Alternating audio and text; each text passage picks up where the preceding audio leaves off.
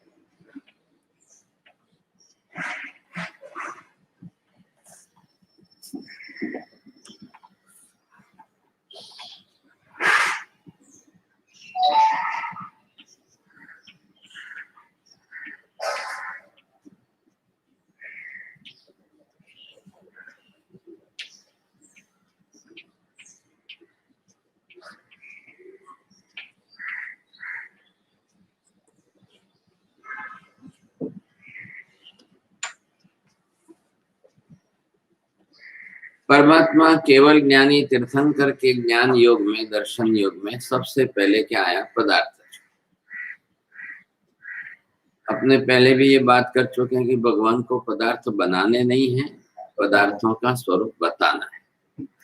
जैसा उन्होंने ज्ञान योग में देखा, अपने केवल दर्शन से देखा और केवल ज्ञान से जाना, अब वैसा स्वरूप और फिर उसके अंदर पदार्थों का पहले ही सम्मिलित समूहात्मक स्वरूप है। तो अपन बाकी ईश्वर कर्तृत्ववादाला अपन एक प्रश्न पूछे कि अगर ईश्वर बनाएલું नहीं मानता हो तो कने बनाएલું? किसने बनाया? जब बना ही नहीं है तो फिर कणे बनायो, ये प्रश्न आता है। आप ऐसे पहले आपके प्रश्न में वदतो व्याघात क्या आ रहा है? हाँ, बराबर। परस्पर विरोधी वाक्यों को मिलाकर के आप वाक्य रचना करते हो। अब वो भी जानते हैं, स्पष्ट है कि जैन दर्शन में पदार्थ को ईश्वर द्वारा बनाया हुआ स्वीकार नहीं किया जाता है, तो फिर दूसरा बनाने वाले का प्रश्न आता ही नहीं। जैन दर्शन वाले जानते हैं कि भाई नैयायिक जो है, ये वैदिक जो है, ईश्वर कृत ईश्वर निर्मित मानते हैं, ये बात स्पष्ट है। वहां कर्ता है और वहां कार्य है। अब यहाँ पर कर्ता नहीं है और कार्य स्पष्ट है। मूलभूत पदार्थों का अस्तिकायात्मक स्वरूप अस्तित्व में है, विद्यमान है। अब 2 महीने के बाद अगर फिर आप वापिस वहीं घुटते रह जाओगे तो फिर पहले ABCD से शुरुआत हो जाएगी। बस मतलब आप चिंतन मनन नहीं करते हो, आपका अभ्यास नहीं है, आपका ज्ञान नहीं बढ़ता। ये बात 10 बार आ गई। ईश्वर प्रतिवादी बात हुई है तो આપણે जो करता नहीं मानता बनते अपन का आपत्ति आ रहा है, अपन आपत्ति अपन आपत्ति नहीं तो अपन दिस। जब क्रिया कार्य जो है क्रिया जन्यता नहीं है तो कर्ता मानने का प्रश्न नहीं आता है ना। अस्थि कायात्मक का अर्थ ये हुआ प्रदेश समूहात्मक स्वरूप में पदार्थ का अस्तित्व है, फिर वो अनादि से अनंत है, अनुत्पन्न और अविनाशी है। तो ये पहली बात है, मुख्य बेसिक सिद्धांत तो आपको यही स्वीकारना है।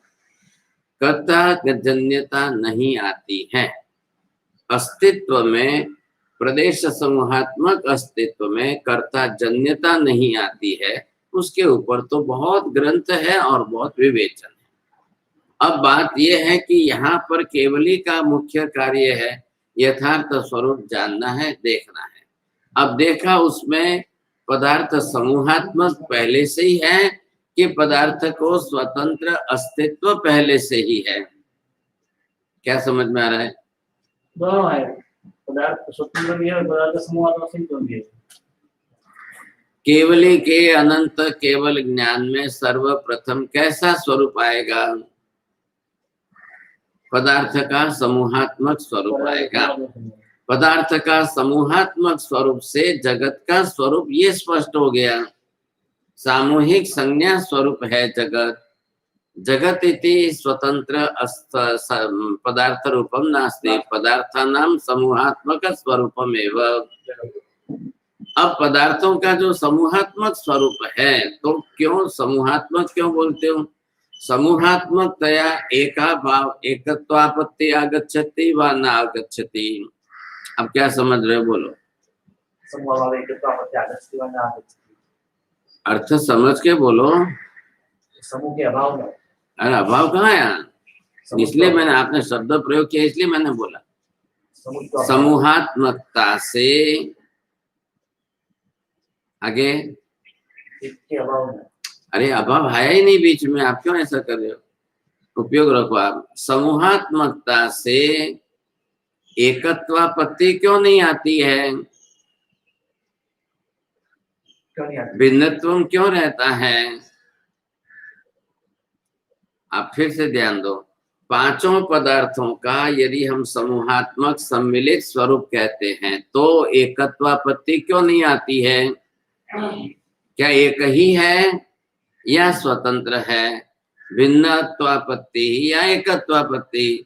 पांचों पदार्थ सम्मिलित स्वरूप में, समूहात्मक रूप में एक रूप ही है कि भिन्न भिन्न रूप में है? भिन्न भिन्न। कैसे? तो फिर भिन्न भिन्न रूप में है तो समूहात्मकता कैसे आई? हो सकता है, समझो अपन इस रूम में बैठे हैं तो अपन सब भिन्न भिन्न है, बरोबर, तो भी इस रूम में समूहात्मक तो ही। आपको क्या साधना है? उसी का 5 द्रव्य जो है वो भी अलग भिन्न भिन्न द्रव्य है, समूहात्मक भी है। 5 पदार्थ है और उनका समूहात्मक स्वरूप बताने से एकत्वापत्ति नहीं आती है। कारणम पदार्थानां स्वतंत्रम भिन्नम अस्तित्वम वर्तते एव अस्ति एव। समूहात्मकता को एकत्वापत्ति क्यों नहीं कहते हैं? 5 होते हुए भी समूह में मिल करके एक रूप जरूर रहते हैं, लेकिन एक होकर नहीं रहते। आया समझ में? अब जब समूहात्मकता आई समूहात्मकता आई तब जाकर के जगत संज्ञा बनी। संज्ञा कैसे बनती?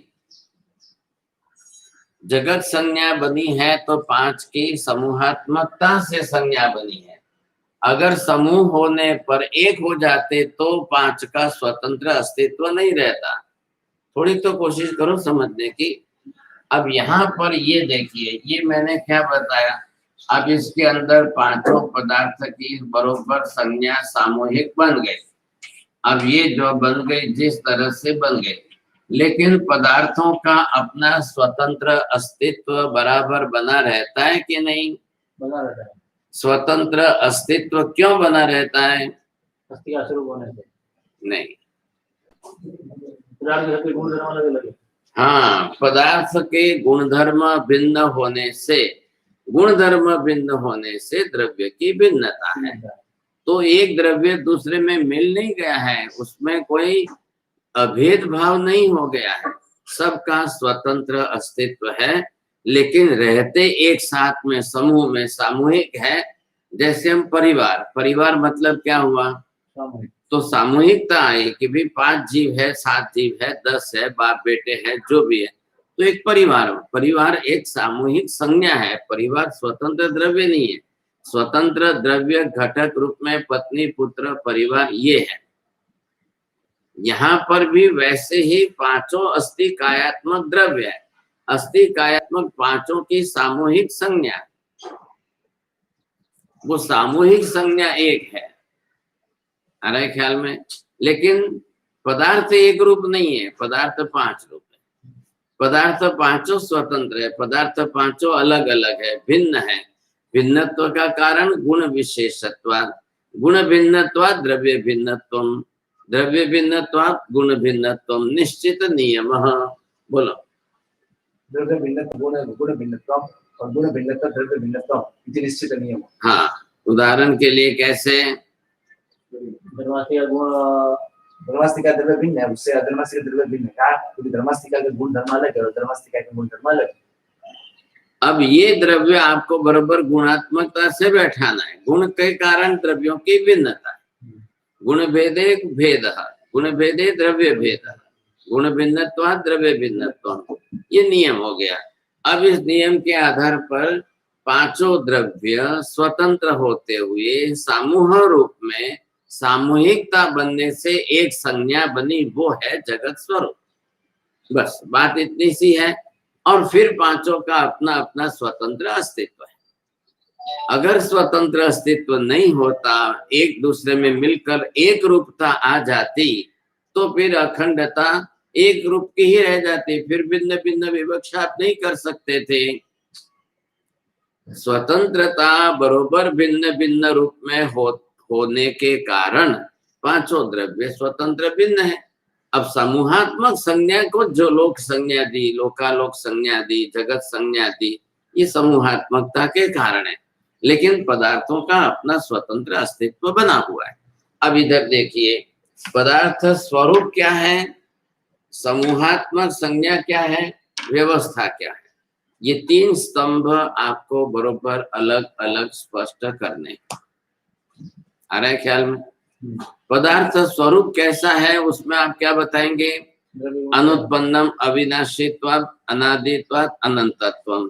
ये बरोबर सभी भांगे दोनों के साथ करके स्थिर कर देंगे। समूहात्मक में क्या है, किस तरह से एक दूसरे के साथ जुड़े हुए हैं, मिले हुए हैं, एक दूसरे में एक समावेश नहीं है। अब समावेश जिसका है उसका बोलेंगे, नहीं है उसका नहीं बोलेंगे। पुद्गल द्रव्य के अंदर जीव मिला हुआ है, घुला हुआ नहीं है। पुद्गल द्रव्य जीव के साथ मिला हुआ है, घुल करके एक रस बना हुआ नहीं है, एक रूपता नहीं आ गई है। क्यों नहीं आ गई है? जीव द्रव्य के ज्ञान दर्शनादि गुण सर्वथा भिन्न है, पुद्गल के वर्णादि गुण सर्वथा भिन्न है। दोनों एक हो ही नहीं सकते, एक बन ही नहीं सकते। ये भी स्पष्ट है, इतना ही है, समझे? अब दोनों के अंदर की जो दो रूपता है वो स्वतंत्र है, लेकिन रहना साथ में, समक्षेत्री बन करके रहे। ये देखिए, धर्मास्तिकाय अधर्मास्तिकाय समक्षेत्री है, समांतर रूप में समक्षेत्रीय है। एक भी प्रदेश एक दूसरे से कम ज्यादा नहीं है, संख्या में नहीं है, क्षेत्र में नहीं है। अभी ये अगर हमने किया, दोनों है, अब दो स्वतंत्र है, अलग अलग भिन्न है, अब ये दोनों मिलकर के यहाँ पर जुड़े हैं, तो दोनों अलग अलग तो है ये, लेकिन दोनों में तो समक्षेत्री कैसे हुए? समान क्षेत्र से मिले हुए। इसका भी एक भी प्रदेश कम ज्यादा नहीं है और इसका भी एक प्रदेश कम ज्यादा नहीं है संख्या में। अब क्षेत्र में जो रहे हैं, जिस क्षेत्र में, आकाश क्षेत्र में, वहां भी इसका प्रमाण और इसका प्रमाण समक्षेत्री हो गया। तो बिल्कुल समांतर रूप में समक्षेत्री बनकर रहे हैं, तो वहां कहीं पर भी इनका कम ज्यादा न्यूनाधिकता कुछ भी नहीं आती है। फिर भी दोनों की स्वतंत्र अस्तित्व है। क्यों है? ये इससे भिन्न है, ये इससे भिन्न है, इसकी गति सहायकता का गुण है, इसकी स्थिति सहायकता का गुण है। गुण से द्रव्य स्वतंत्र बन गए। चला, तो जो गुण है, जिस गुण के कारण द्रव्यों का स्वतंत्र अस्तित्व बन रहा है, सिद्ध हो रहा है, वो आपको यहाँ पर देखना है। अब ये स्पष्टता आपकी बरोबर होगी, अब इससे आपको ख्याल आ जाएगा। अब ये स्वतंत्रता आने से भाई पदार्थ समूह भले ही बन गए, लेकिन पदार्थ अपने आप में स्वतंत्र है। इसमें आपको क्या देखना है? पहले विभाग में द्रव्य गुण पर्यायात्मक स्वरूप जो पदार्थों का है वो स्वतंत्र स्वरूप है, पहले वो सिद्ध करेंगे। क्या है? इसमें समूहात्मक मिली हुई संज्ञा है, तो जगत स्वरूप उसमें आ गया। बोलो, अब आप करेंगे होमवर्क। पहले विभाग के ऊपर 10 पेज लिखो, दूसरे विभाग के ऊपर 10 पेज लिखो, तीसरे विभाग के ऊपर 10 पेज लिखो। ये 3 मुख्य स्तंभ हो गया आपका द्रव्यानुयोग स्वरूप। पदार्थ स्वरूप पूरा हो गया। अब क्या करना है आपको? इसको किस भाषा में सामने व्यक्त करना है, पहली बात ख्याल में आ रही है। पदार्थ स्वरूप कितना है, पदार्थ स्वरूप कैसा है, और फिर पदार्थ स्वरूप को अब कहने की भाषा पद्धति आ, तो बात तो पूरी हो गई ना। पदार्थ स्वरूप में आकर के आपका विषय पूरा हो जाता है। आगे ख्याल में, जब पदार्थ स्वरूप के अंदर विषय आपका स्पष्ट हो गया, अब उसके अंदर और जितना अवान्तर अवान्तर अवान्तर जितने विषय होंगे वो आपके साथ में जुड़ते जाएंगे। अब रही बात, जैसा केवली ने जाना देखा उसको जगत के अन्य जीवों को बताना है। उनका काम तो मुख्य ये, तीर्थंकर का काम क्या है? अन्य केवली ये जिम्मेदारी ले या ना ले, कोई ले कोई ना ले, कोई अपनी अपनी जो जिस क्षेत्र में जिस काल में है वहां आपकी जिम्मेदारी कितनी। अभी आप आचार्य महाराज के साथ तो आपकी जिम्मेदारी कितनी कम हो गई। अब वो बड़े हैं तो बड़ों के ऊपर उनकी जिम्मेदारी बहुत बड़ी है। आप अलग से स्वतंत्र हो तो आपके ऊपर भी जिम्मेदारी आएगी। वहां अस्तित्व अलग हो गया भाई, आपका क्षेत्र अलग हो गया, आपका कार्य क्षेत्र अलग है, वहां जिम्मेदारी आ गई। तो तीर्थंकर की सबसे बड़ी जिम्मेदारी धम्म तीर्थ जी ने धर्म स्थापना, तीर्थ स्थापना, द्वादशांगी की स्थापना। द्वादशांगी बनानी तो मूल तो अर्थ प्ररूपना तो तीर्थंकर को ही करनी है। गणधर तो खाली सूत्रीकरण करेंगे। गणधर को क्या करना है? खाली सूत्रीकरण करना है। अब यहाँ पर ये 3 जो है, तीनों की व्यवस्था। अब इसमें इसको क्या किया है? ये तीसरे विभाग की क्या आवश्यकता है? पहले ये देखो, तीसरे की आवश्यकता क्या पड़ी, क्यों पड़ा? पदार्थ का द्रव्य गुण पर्याय स्वरूप है, हाँ, उसकी व्यवस्था कैसे करनी? हाँ, पदार्थों का द्रव्य गुण पर्यायात्मक स्वरूप, उसका सामूहिक स्वरूप, अब उसकी व्यवस्था क्यों करनी, मतलब जो हो रही है वो बतानी है। समूह मिले कि नहीं तो उत्पाद व्यय होगा कि नहीं होगा। अगर समूहात्मक व्यवस्था न हो तो उत्पाद व्यय की व्यवस्था ही नहीं बैठेगी। जीव और पुद्गल एक नहीं, इकट्ठे नहीं हुए होते तो उत्पाद व्यय की कोई प्रक्रिया ही नहीं आती थी। जीव पुद्गल में कोई गति स्थिति आदि नहीं करते होते तो आकाश धर्मास्तिका धर्मास्तिका की कोई पर्याय ही नहीं बनती थी। आप समझ गए कि नहीं? तो जो पर्याय व्यवस्था ही नहीं बनती तो क्या करते। लेकिन संसार ऐसा है नहीं।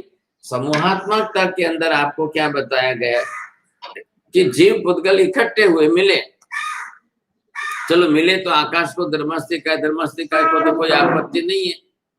क्या आपत्ति है? किसको आपत्ति है? कोई आपत्ति नहीं है। तो इसमें जब उनको आपत्ति नहीं है, लेकिन व्यवहार तो हो रहा है ना। जीव पुद्गल मिले तो अब गति स्थिति आ गई। अब गति आदि किसका है? जीव का भी स्वभाव है और पुद्गल का भी स्वभाव है परमाणु रूप में। अब गति स्थिति होगी तो संयोग वियोग होगा, संयोग वियोग होगा तो उसके अंदर जो है आकाश धर्मस्थिकाय की भी पर्याय बन जाएगी। गुण सर्वव्यापी व्यापक है।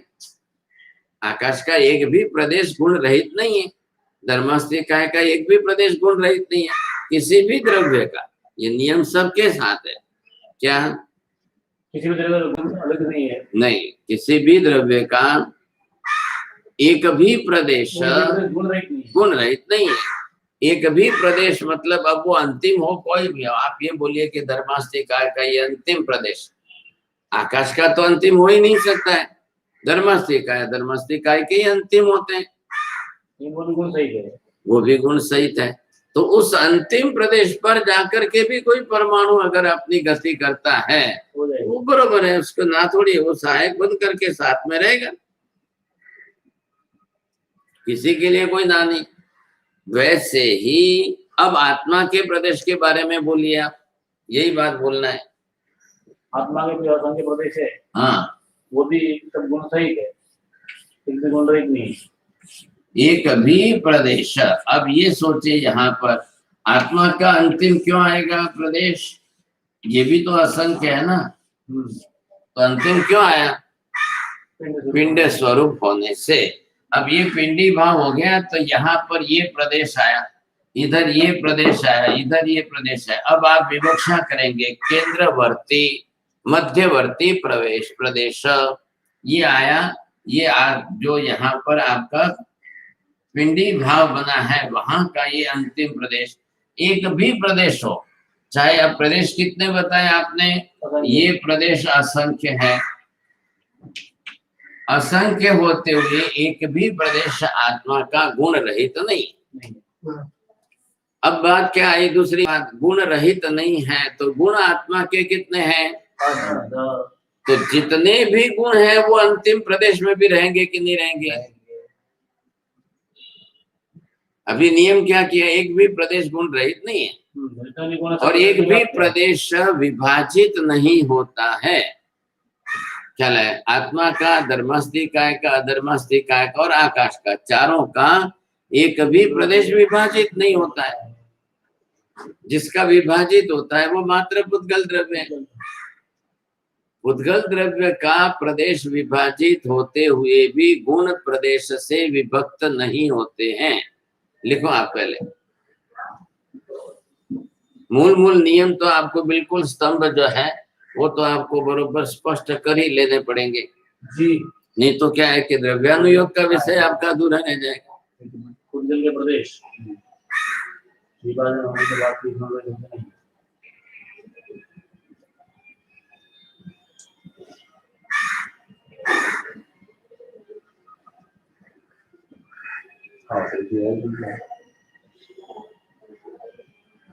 क्या लिखा? पुद्गल के प्रदेश विभाजन होने के बाद भी गुण होते नहीं है। बस क्या है? अब अन्य द्रव्यों के तो विभाजित होते ही नहीं, तो ये तो नियम निश्चित हो गया। क्यों नहीं होते? अब इसका कारण होते नहीं, गुण क्यों नहीं होते? हाँ, क्योंकि पुद्गल जहाँ जहाँ द्रव्य वाला गुण है, गुण गुणी और अभेद। हाँ, एक ही शब्द चाहिए था, अभेदत्वात्। क्या चाहिए दोनों के बीच में? गुण गुणी का अभेद है। अभेद क्यों है? इसका कारण क्या और भेद होने का कारण क्या? तो कार्य कारण भाव बैठा कर कैसे बोलेंगे? पुद्गल द्रव्य का प्रदेश विभक्त होने पर भी गुण रहित नहीं होता है और चारों का विभक्त न होने पर भी गुण रहित नहीं होता है, इसलिए अभेदपना सिद्ध हो रहा है। अभेदः साध्यते चेत कथम साधयितुं शक्यते। आपको अभेद साधना है क्योंकि ये तो न्याय है ना, इसमें तो प्रत्येक के साथ में कार्य कारण भाव बैठा करके आपको सिद्धि करनी पड़ेगी। तो न्याय ये बन गया कि कार्य कारण भाव सिद्ध करो। आप अभेद को कारण सिद्ध कर रहे हो कि अभेद को कार्य सिद्ध कर रहे हो? थोड़ा कोशिश करो समझने की। अभेद क्या है? संबंध है। अभेद जो है वो कार्य रूप में मानोगे कि कारण रूप में मानोगे? अगर आप कार्य रूप में मानते हो तो पहले कारण में व्यवस्था करो। कारण रूप कौन है? द्रव्य में प्रदेश। प्रदेश का जो है विभाजित होना या ना होना, ये तो उसकी व्यवस्था है। किसकी? द्रव्यगत व्यवस्था है। लेकिन द्रव्यगत व्यवस्था होते हुए भी जब कार्य कारण ही नहीं बनता है कि गुण जो है विभक्त होते ही नहीं है, इति कारणत्वात् अभेदत्वस्य कारणे कार्य रूपेण सिद्धि। होते होते तो नहीं होता। किसका विभाजन हो रहा है? द्रव्य का विभाजन है, गुण का विभाजन नहीं होता है। बोलो। द्रव्य का विभाजन होता है, गुण का विभाजन नहीं। हाँ, अब वो दृष्टांत में घटाते हुए बोलो। ये ध्यान रखना, द्रव्यानुयोगे जो भी नियम आएंगे सभी में दृष्टांत में घटा करके ही सिद्ध करके बोले तो वो स्थिर हो जाता है। समझो लग रहा है। हाँ, है इसका भी समझो ये पाया टूट गया तो द्रव्य का विभाजन हुआ। एक प्रदेश का विभाजन करना है तो द्रव्य का विभाजन द्रव्य में, तो द्रव्य में क्या द्रव्य स्वरूप कैसा है? प्रदेश समूहात्मक है। तो प्रदेश समूहात्मक ये क्या है? अभी इसको मैं तोड़ करके एक टुकड़ा करो, इतना छोटा टुकड़ा करो, उससे भी लिखो और इससे भी लिखो, उसमें भी सफेदी और इसमें भी सफेदी, उससे भी लिखा जाए इससे भी लिखा जाए, क्या फर्क पड़ेगा? क्योंकि जो है क्या है? अखंड स्कंद का एक प्रदेश, विभक्त प्रदेश, तो गुण धर्म तो वही रहेंगे। अभी ये क्या है? कपड़ा है। अब कपड़े में से एक तंतु भी अलग होगा तो भी उसके अंदर श्वेतपना तो रहेगा, और कपड़े के सभी तंतुओं का समूहात्मक स्वरूप वस्त्र बना है तो उसमें भी वही सफेदी रहेगी। प्रदेश विभक्त होना यह द्रव्य का विभागीकरण है, लेकिन द्रव्य का विभाजन होते हुए भी गुण का विभाजन नहीं होता है। गुण द्रव्य से विभक्त नहीं होता है। बस बात इतनी सी है। अब क्या हुआ? पुद्गल में दो नियम अलग हो गए और धर्मस्थी का अधर्मस्थी का जीव और आकाश में नियम दो अलग हो गए। चार बोलना है, चार आपको अलग करके बोलना है। पुद्गल प्रदेश समाज से पुद्गल अलग होने पर भी गुण अलग होता नहीं, तो ये गुण गुणी अभेद चारों पदार्थ चारों द्रव्य साथ रहने के बाद भी गुण का अभेद होता नहीं, क्योंकि स्वतंत्र सबका पदार्थ अस्तित्व अलग रहेगा। आप लिखो, चलो फटाफट चारों लिखो। आप लिख करके बोलेंगे कि बोल कर लिखेंगे? पुद्गल द्रव्य से प्रदेश का विभाजन हो तो, और दूसरा नंबर आया प्रदेश का विभाजन न हो तो भी। पुद्गल द्रव्य से, हाँ, प्रदेश का विभाजन हो तो भी, और नंबर दो विभाजन न हो तो भी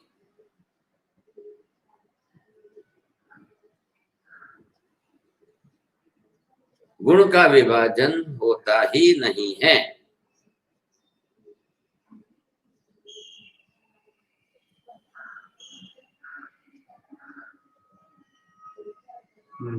हाँ, अब दूसरे चार में लिखो। दूसरा चार का ग्रुप कौन सा है? हाँ, बेजवानी। तीसरा, दूसरे चार के ग्रुप समूह में, दूसरे चार द्रव्यों के समूह में प्रदेश विभाजित न होते हुए भी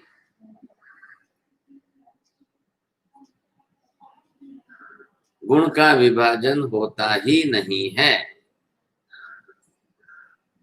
प्रदेश विभाजन नहीं होने पर भी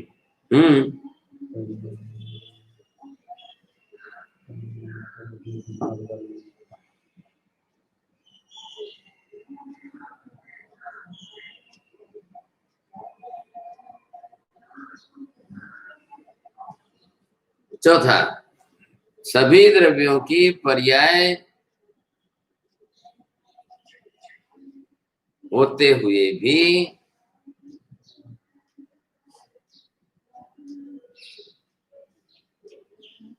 गुण का विभाजन नहीं होता है। गुण का विभाजन नहीं होता है। तो द्रव्यों के अंदर उपादेय की प्रक्रिया से पर्याय का परिवर्तन कितनी बार होगा? अनंत बार होगा। गुण का विभाजन कहाँ हुआ है? अब सबके चारों के चार दृष्टांत लिखो, दृष्टांत से बात बैठा दो बराबर। तो जो द्रव्य से प्रदेश का विभाजन होने पर गुण का विभाजन नहीं होता है। विभाजन नहीं तो गुण का विभाजन नहीं होता। अरे घड़ा फूट गया तो घड़े के ठिकरे बन गए कि नहीं? तो घड़े का गुण कहाँ गया? घड़े में ही। हाँ, ठिकरे में भी है ना। हाँ, द्रव्य में। घड़ा जो है मिट्टी द्रव्य का है, घड़ा फूट गया ठिकरे बन गए। अब घड़े में पानी जितना ठंडा होता था उस मिट्टी के ठिकरे में भी रखोगे तो इतना पानी भी बराबर ठंडा होगा। घड़े का कालापना था तो काला श्याम वर्ण जो था, तो अब वो ठिकरे बनने के बाद उस टुकड़े में भी बराबर श्याम रंग बना ही रहेगा।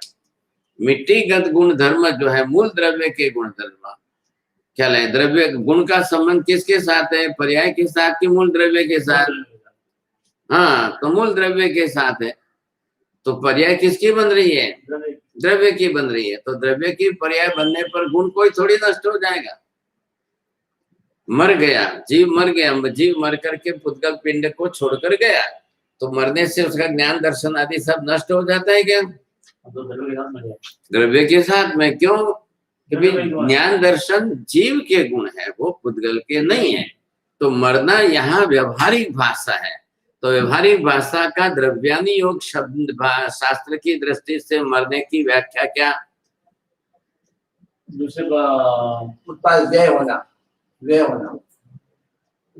अभी इसको एक शब्द से नहीं बोलेंगे, पूरे वाक्य से बोलेंगे। दो पदार्थ का बरोबर। हाँ बोलो, संयोग का वियोग हुआ। नाम लेके बोलो। जीव द्रव्य और पुद्गल हाँ, पुद्गल दोनों का संयोग का विभाजन हुआ। बस जीव पुद्गल द्रव्य के बंधन से अलग हो गया। ये व्यवहार नहीं की भाषा मृत्यु। लेकिन द्रव्यानुयोग के अंदर द्रव्य की में अंदर जो प्रक्रिया हो रही है वो देखते हुए आपको बोलना है। आपके बोलते समय आपके मानस पटल पर चित्रीकरण होना चाहिए। ये सभी बोलेंगे, सभी नियम बोलेंगे, तब प्रत्येक का चित्रीकरण मानस पटल पर होना चाहिए। वहां तक आपका मन बरोबर पहुंचेगा तो समझो उपयोग है, नहीं तो नहीं है। अब अभी तक के जितने नियम आए, आप 2-3 महीने के जितने नियम आए उन सबों का एक लिस्ट करो। एक लिस्ट करके ये द्रव्यानुयोग के नियम हो गए और सबको दृष्टांत से घटा करके लिखो जी। क्या है? अब मान लो कि 100 नियम हो के 200 नियम हुए। अभी जैसे ये 4 नियम लिख लिए, वैसे सब। अब सब नियम को लिख करके, सबका दृष्टांत लिख करके सबको स्पष्ट करो, तब जाकर के आपका द्रव्यानुयोग बरोबर अर्थ स्वाध्याय में घूटा जाएगा। वो अर्थ अनुप्रेक्षात्मक बन जाएगा। द्रव्यानुयोग का चिंतन फिर आपको ध्यान करना बहुत आसान हो जाएगा। आया कि नहीं ख्याल? अब ये व्यवहार भाषा है। जीव मरी गयो, आज एमने मृत्यु थयो, आज जीव गयो। अब ये व्यवहार नहीं की भाषा है। तो भाषा आई कहाँ से? भाषा के लिए वाच्य वाचक संबंध किसका है? पदार्थ का है। और पदार्थ का अस्तित्व है। जिसका अस्तित्व नहीं है उसकी भाषा में संज्ञा नहीं है। आ रहा है ख्याल में? ये पहले मूल बात को पकड़ो। जिसका पदार्थ स्वरूप में अस्तित्व नहीं है उसकी भाषा में संज्ञा ही नहीं है। संज्ञा है तो समझ लो पदार्थ स्वरूप है। अब उदाहरण के लिए दृष्टांत कैसे? आत्मा संज्ञा है। आत्मा संज्ञा बनी है तो उसका वाचक भाव के लिए संबंध किसके साथ है? ये आत्मा, ये तो क्या वाचक। अब उसके साथ में कौन जुड़ेगा? द्रव्य पदार्थ कोई तो जुड़ेगा। इसलिए उस पुद्गल नहीं, आत्मा शब्द की संज्ञा के साथ कौन जुड़ा? ये किसके लिए वाचक बना है शब्द? वाच्य कौन है? आत्मद्रव्य। आत्मद्रव्य जो वाच्य है उसकी ये वाचक संज्ञा बनी है। तो ये संज्ञा आई कहाँ से? केवली को भी, महावीर स्वामी को भी आत्मा शब्द का प्रयोग क्यों करना पड़ा? ठीक है, उन्होंने अपनी अर्धमागधी की भाषा में तो प्राकृत भाषा है। प्राकृतम इति किम, प्राकृत जन सामान्य भाषा नहीं, अब ऐसा मत बोलना। अब इसके जाकर जैन दर्शन ने मगध देश में सभी तीर्थंकर हुए हैं, और उसमें भी अर्ध मगध, मतलब उस समय मगध इतना विस्तार वाला था, ख्याल है कि नहीं? तो उसमें मगध देश के अंदर सभी तीर्थंकर हुए, तो वहां की बोलचाल की भाषा के हिसाब से अर्धमागधी, तो थोड़ा सा उच्चार भेद, थोड़ा सा जो है व्याकरण भेद अर्धमागधी के हिसाब से आया। अब वो लोग भी मगध में हुए हैं, आपको मालूम ही है ना। पार्श्वनाथ भगवान भी वाराणसी में हुए और बुद्ध भी वाराणसी में हुए। अब उन्होंने अपना सारनाथ ऐसा नाम दिया स्थान का। तो तिब्बत में हुए, आप क्या ऐसी बात करो, फिर वापस पोल खुल जाएगी, आप पंडित पंडित, फिर पदवी चली जाएगी आप। ऐसा मत करो। बुद्ध का जन्म स्थान का है, बौद्ध धर्म फैला वहां जाकर के, वो बात अलग। बुद्ध का जन्म स्थान कहाँ है, बुद्ध हुए कहाँ पर, तो उन्होंने अपनी भाषा के अंदर जो है उस भाषा को पाली भाषा नाम दिया। ठीक है, अब ये संज्ञाकरण है, तो संज्ञाकरण के भेद के कारण दोनों में 19-20 का भेद है, बस, ज्यादा भेद नहीं है। नहीं, अर्धमागधी और पाली में। अब दोनों प्राकृत की ब्रांच हो गई, मूल भाषा प्राकृत, उसकी 2 ब्रांच हो गई, अर्धमागधी और पाली। अब तीसरे और भी वर्ग है, शेर सेनी वाले वगैरह भी, हाँ, तो वो भी स्वीकारते हैं। वो भी प्राचीन काल में जो था, ये तो नव्य न्याय के कारण संस्कृतिकरण ज्यादा हुआ है। प्राचीन न्याय के अंदर भी संस्कृतिकरण हुआ था, लेकिन इन्होंने भाषा जाल को रच करके थोड़ा सा क्लिष्टता कर दी, बस। अब उस समय जो ग्रंथ रचनाएं हुई वो अर्धमागधी में हुई, तो जैनों के यहाँ सारी पद्धति चली वो भाषा की दृष्टि से अर्धमागधी में। क्यों? क्योंकि तीर्थंकर देशना ही अर्धमागधी में देते थे, और गणधर थे भी अर्धमागधी वाले, तो गणधर ने रचना भी अर्धमागधी में की। लेकिन अब बौद्धों के जो आगम शास्त्र बने, उनको कहते हैं त्रिपिटक, तो वो त्रिपिटक जो है वो भी लिखे गए तो प्राकृत की भाषा ही है, लेकिन उनकी संज्ञा के हिसाब से वो पाली। तो हेमचंद्राचार्य ने अष्टम अध्याय के अंदर ये भेद करके सबको विभाजित किया है। अब इन्होंने क्या थोड़ा फर्क क्या किया है, अब अपना स्वतंत्र अस्तित्व दिखाने के लिए थोड़ा बहुत तो फर्क करेंगे, कोई भी करेगा तो ही हो गया। तो वैसा उन्होंने भी किया, तो इसलिए उनकी पाली के कुछ व्याकरण के नियम 10% खाली, ज्यादा भी नहीं है, 8-10% कुछ नियम अलग होते हैं, और अर्धमागधी के 8-10% नियम पाली से भिन्न पड़ते हैं। बस हो गई बात पूरी, इतने में ही उनका सब समावेश हो गया। लेकिन दोनों ही मूल में तो इसे, लेकिन फिर भी एक भाषा तो माध्यम है, पदार्थ व्यवस्था क्या है, तत्व व्यवस्था क्या है, वो उस भाषा में ढलेगा। आ रहा है ना ख्याल में? भाषा को बनाया गया सांचा, कोई तो सांचोर में था, कोई हाथ सांचा ही बने नहीं। अब सांचा मतलब ढांचा जो बना है, तो उसमें ढलेगा क्या? ये पदार्थ ज्ञान, पदार्थों का स्वरूप, तत्व ज्ञान, द्रव्यानुयोग का ये सारा स्वरूप उसमें ढलेगा। उन्होंने उसको ये नाम दिया, इन्होंने इसको ये नाम दिया। अब आप देखोगे तो इधर आगम शास्त्र, उधर त्रिपिटक शास्त्र, आपको क्या समानता मिलेगी? लेकिन विद्वान लोग ये भी कर रहे हैं, क्या समानता क्या विषमता, ऐसा करके वो भी संशोधन करते हैं। अब करेंगे तो एक तो भाषा की मिल जाएगी, पदार्थों की तो मिलेगी नहीं। और सबके यहाँ पदार्थों में किसकी मिलेगी? पुद्गल के अंदर सबकी समानता मिल जाएगी। दृश्य पदार्थ है, रूपी पदार्थ है, तो पुद्गल के विषय में तो सबके भी लाल पीला कहना है, तो उसको कौन ना कहेगा। मतभेद कहाँ हो रहा है? अरूपी अदृश्य पदार्थों में। आया ध्यान में? अरूपी अदृश्य पदार्थ आत्मा है, आकाश धर्मास्ती का है, धर्मास्ती का आदि है। उनमें क्या तकलीफ आती है आपको? किसमें आपको क्या तकलीफ आती है?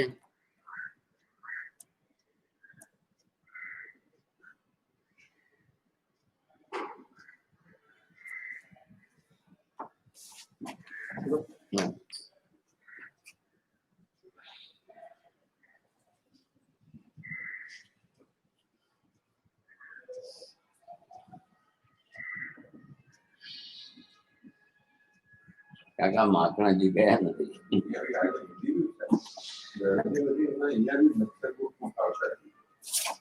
तो अर्ध मागधी में वो भले त्रिपिटक लिखे, बरोबर है, तो लिखना क्या पड़ेगा उनको, पदार्थ स्वरूप तो लिखना पड़ेगा कि नहीं। तो बौद्धों ने पुद्गल के अंदर कोई आपत्ति नहीं बताई। अभी मैंने क्या कहा था पुद्गल द्रव्य के बारे में, सब समान है। हाँ, लेकिन अब इन्होंने क्या बताया, आत्मा के बारे में उन्होंने सारी प्ररूपणा गलत कर दी। सुनिए पहले, धम्म समझो।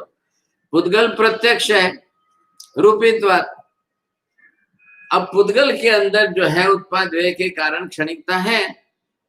अब आत्मा को ही उन्होंने जो है इस अर्थ में बैठा करके पुद्गल के गुणधर्म उसमें आरोपित कर दिए, और उसी को आत्मा को भी पुद्गल रूप में मान करके अनित्य और क्षणिक कह दिया। दोनों को एक ही मान लिया। आ रहा है ना ख्याल में आप?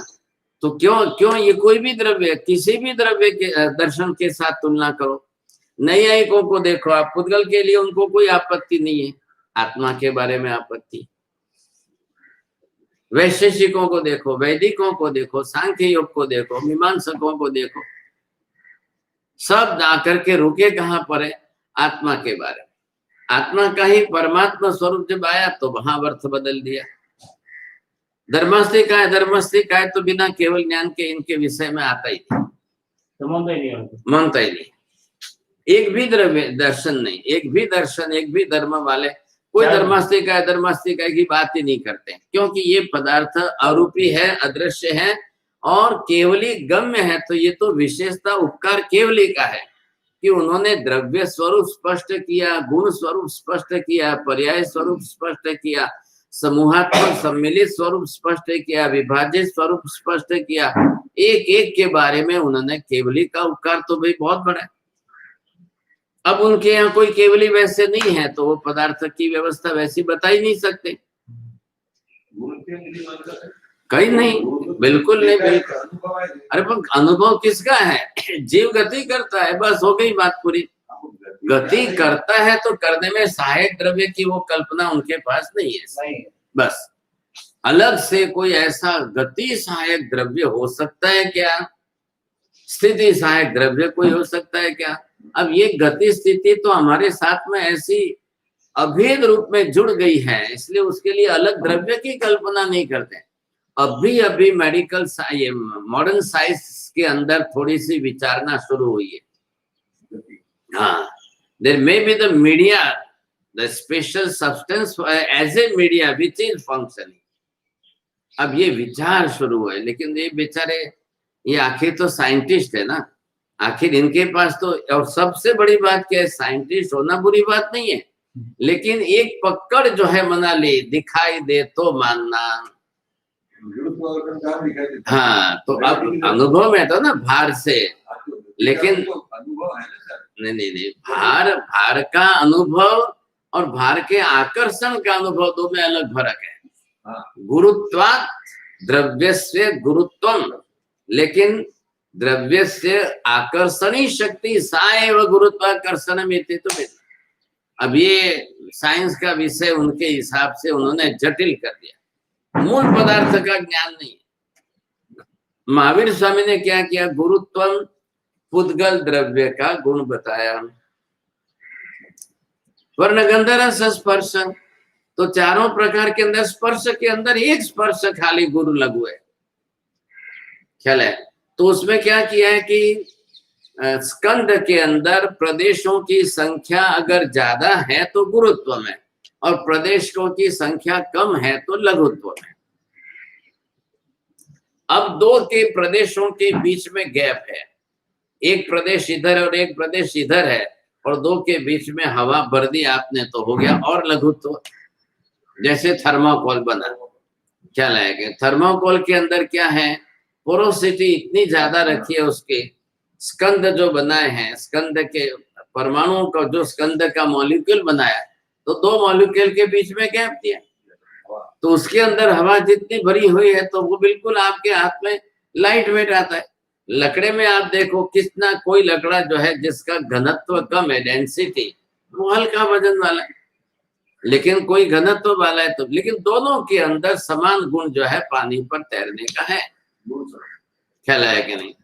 अब विज्ञान के क्षेत्र में इनका सबका एनालिसिस करके इनका डिवीजन करना उनके लिए बहुत बड़ी मुश्किल बात हो रही है, ख्याल आया कि नहीं? क्योंकि वो एक जिद में एक आदमी जब पकड़ बना लेता है, देखा है तो ज मानવું नहीं तो नहीं, मैंने आंखें न देखा है तो हूँ आंख ने इतनी पावरफुल करो, એટલે उन्होंने माइक्रोस्कोप बनाया, माइक्रोस्कोप में से टेलीस्कोप बनाया, दूर का भी देखने के लिए टेलीस्कोप, और एक पदार्थ के अंदर माइक्रो स्वरूप देखने के लिए माइक्रोस्कोप। अब ये स्वरूप बना करके व्यवहार कर रहे हैं, तो वो भी उनको पर यंत्र सहाय से देखना है। चलो उसमें भी उनको बड़ा स्वरूप दिख जाए तो भी वो मानने के लिए अपने, अब धर्मास्तिकाय अधर्मास्तिकाय आदि को तो माइक्रोस्कोप से देखो कि टेलीस्कोप से देखो, आप किसी भी द्रव्य से देख तो नहीं पाओगे। क्यों नहीं देख पाओगे? पदार्थ अरूपी है, अदृश्य है। अरूपित्वात् अदृश्यम व अदृश्यत्वात् अरूपित्वम। कार्य कारण भाव कैसे बैठाएंगे? अरूपित्वात् अदृश्यम। कारण क्या बना? अरूपी। अरूपी। कार्य क्या बना? अदृश्य। अब आपने कार्य कारण भाव ही बना दिया कि पदार्थ मूल में अरूपी होने के कारण अदृश्य है। अब ये सत्य वो स्वीकारे तो ना, विज्ञानवादी क्षेत्र में अब इस सत्य को वो स्वीकारने से ना करें। हम नहीं मानते अरूपी कोई है जगह, क्योंकि पुद्गल का व्यापक प्रयोग जो है वो 90% है, 99% है। पुद्गल अनंत पर्यायों में है और अनंत पर्याय में सर्वत्र व्यापक, लेकिन पुद्गल के इतने परमाणुओं को जोड़ करके स्कंध आकार बनाने वाला कौन है? वो कर्ता मानने को तैयार नहीं। आई बात समझ में? तो इधर अलग कौन हो गए? नैयायिक, वैशेषिक, वैदिक वगैरह। पुद्गलों के इन परमाणुओं को जोड़ करके बड़ा स्कंद बनाना ये ईश्वर का कार्य। तो महावीर ने क्या कह दिया? भाई ईश्वर के आने की बीच में आवश्यकता ही नहीं है, अनंत जीव है, जीवों ने इन पुद्गल पदार्थों को जो है जोड़ा है, मतलब परमाणुओं को जोड़कर स्कंद रचना की है। बिना इसके स्कंद रचना नहीं हो सकती है। तो जब परमाणु में होगी सहसा स्वाभाविक हो वो बात अलग है, जो कि इसमें हो रही है परमाणुओं में समान गुणधर्म वालों की सहसा हो रही है। वो कैसे हो रही है भाई? वर्गणा बदल रही है। आपने ली ऑक्सीजन और छोड़ी कार्बन, ऐसा क्यों? कभी सोचा है, विचार किया है हमने? हम लेते तब ऑक्सीजन और बदलते तब, छोड़ते तब पर्याय बदल जाती है। ये कैसे हो सकता है? तो ये कैसे हुआ है भाई? आप लेते हो तब ऑक्सीजन कहते हो, छोड़ने में आपने ऑक्सीजन क्यों नहीं नाम दिया? अब उसको कार्बन नाम क्यों दिया? अब वो दूसरे के लिए ग्राह्य नहीं बनेगी। आप सभी अपनी कार्बन इकट्ठा करके दूसरे को दो, वो मर जाएगा। ख्याल है कि नहीं? अब ये जितने Pepsi, Coca Cola, Thums Up, soda वगैरह पी रहे तो कार्बन है। अब कार्बन डाइऑक्साइड बना करके उसमें डाला जाता है तो वो हानिकारक है। शरीर को ऑक्सीजन मिलनी चाहिए, शरीर को कार्बन नहीं मिलना चाहिए। लेकिन अब लोगों ने अपनी तरफ से अक्ल जो है बिल्कुल बाहर रख दी है, तो वो जाकर के ऐसे कार्बन मिलाया हुआ गैस वाली भी पीने को तैयार। अभी इससे बड़ी मूर्खता और क्या हो सकता है, बोलो आप? लेकिन पी रहे, कर रहे, सब व्यवहार चल रहा है लोगों। ख्याल आएगा? कोई ये लिखेगा तो नहीं घट में पदार्थ जो बनाया है, तो उसमें अंदर कौन लिखने वाला है? ये कार्बन मिला हुआ है, कार्बन डाइऑक्साइड से मिला। कोई भी जो है सॉफ्ट ड्रिंक जो भी बने हैं वो सब, अब वो स्प्राइट वाला ने बनाया कि सोडा वाले ने अलग बनाया कि पेप्सी कोको कोला वाले ने अलग, सबके लिए ये केमिकल डाल करके घटक पदार्थों से प्रवाही वैसा करके। आप वासन के जो काले, आप काले वासन के जो, बस एक बार। अब ये बात जो बनी, जिस तरह से इन्होंने बनाई, समझे? तो यहाँ पर क्या है? पदार्थ स्वरूप पहले निश्चित करना है, और पदार्थ स्वरूप निश्चित करके अब पदार्थों की समूहात्मक संज्ञा ये भी कौन करेगा? केवली के सिवाय तो नहीं करेंगे। इस जैनों के पास सबसे बड़ी विशेषता क्या है? हमारा आधार केवली, केवली के केवल दर्शन से देखना, केवली के केवल ज्ञान से जानने के कारण जो स्पष्टता आ रही है, ये सबसे बड़ी विशेषता है। अब इस विशेषता के कारण पदार्थों का समूहात्मक स्वरूप देखा और समूहात्मक स्वरूप देख करके उसकी संज्ञा वैसी बनाई, संज्ञा वैसी बनाई से उसकी व्यवस्था वैसी हुई। अब व्यवस्था किसके आधार पर है? उत्पाद व्यय की प्रक्रिया के आधार। उत्पाद व्यय हमको करना नहीं है, जो होता है वो उसको कथन करना है। बोलो। उत्पाद हाँ, उत्पाद व्यय हम कर रहे हैं क्या? नहीं। तो आपको मतलब जो हो रहा है, हो क्या रहा है, कैसे हो रहा है? जीव ने पुद्गल को ग्रहण किया तब उत्पाद हुआ, और जीव ने उसी पुद्गल को छोड़ा तब व्यय हुआ। अब उत्पाद व्यय से एक पर्याय तो बदल गई कि नहीं? अब पर्याय बदली तो संज्ञा बदली। आप हमने क्या संज्ञा बदली? जन्म थयो, मर्यो, जन्म हुआ, मरण हुआ, ये क्या बदला आपने? संज्ञा बदली। क्यों बदली संज्ञा? उत्पाद व्यय की प्रक्रिया हुई इसलिए संज्ञा बदलनी पड़ी, नहीं तो क्यों बदलते हम? तो ये जन्म मरण होना, ये है संसार का क्रम, ख्याल है। लेकिन उसके पीछे हो क्या रहा है? पुद्गल द्रव्य के अंदर क्या हो रहा है? तो पुद्गल द्रव्य के अंदर संयोग वियोग हो रहा है। तो कर्ता किसके साथ संयोग? या तो पुद्गल का संयोग हो तो कोई तकलीफ नहीं, लेकिन जीव चला करके पुद्गल का संयोग करे तब, क्योंकि पुद्गल के परमाणु विभक्त, प्रदेश विभक्त होकर परमाणु बनते हैं, तब जाकर के जीव उसको ग्रहण कर लेता है। अब ग्रहण करके फिर बनता है। ये पत्थर है, अब पत्थर का पाउडर बनाओ।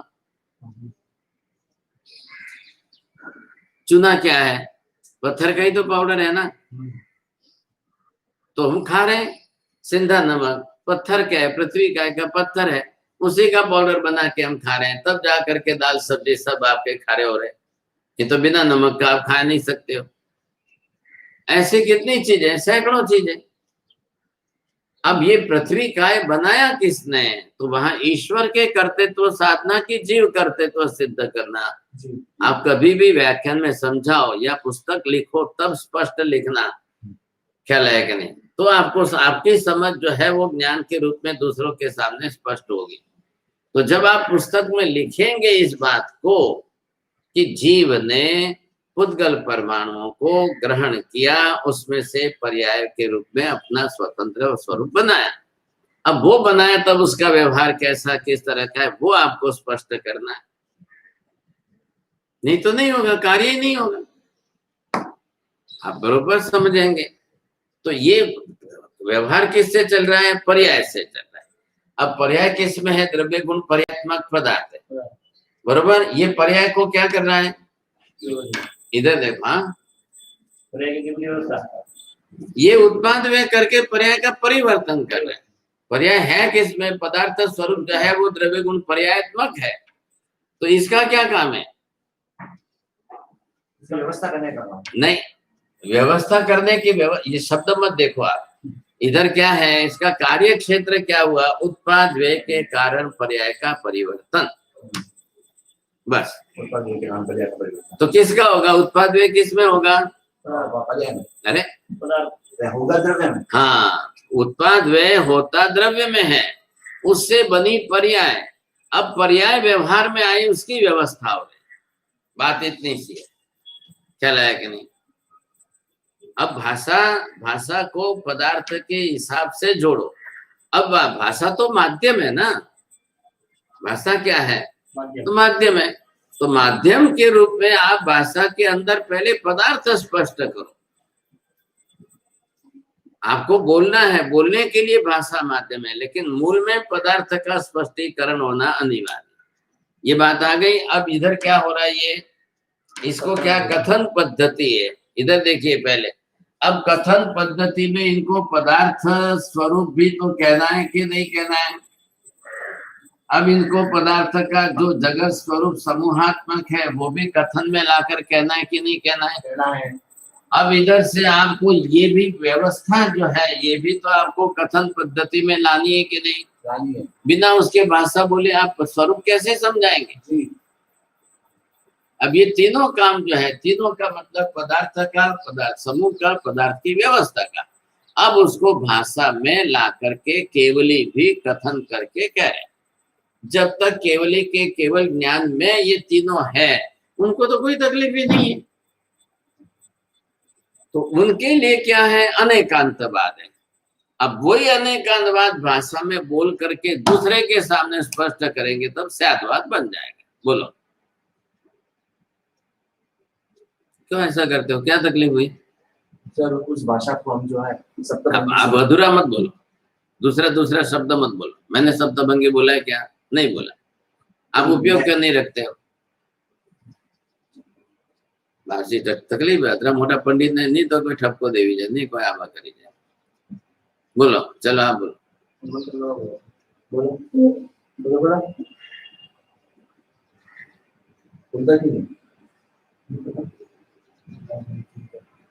अब केवली के केवल ज्ञान में, केवली के केवल दर्शन में अनेकांतवाद है।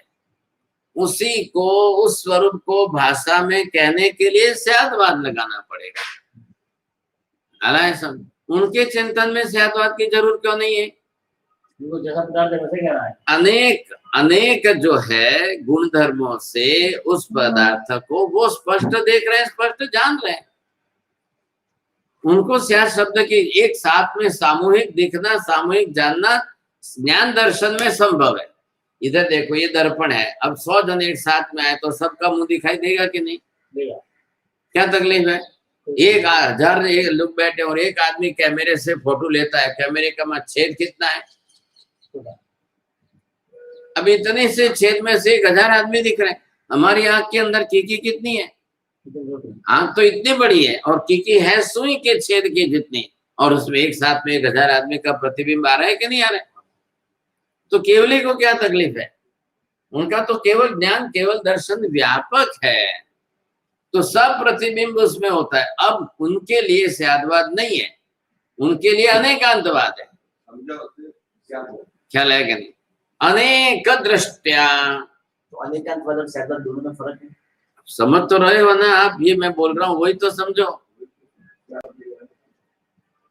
भाषा व्यवहारे स्याद्वाद, दर्शन ज्ञान व्यवहारे अनेकांतवाद।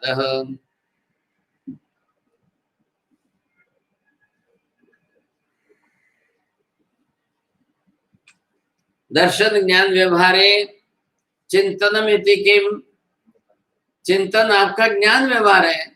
अभी हम क्या फर्क? आप समझो, पहले कोशिश करो। चिंतन जब आप कर रहे हो तब क्या कर रहे हो? अब केवली को तो चिंतन भी करना नहीं है ना।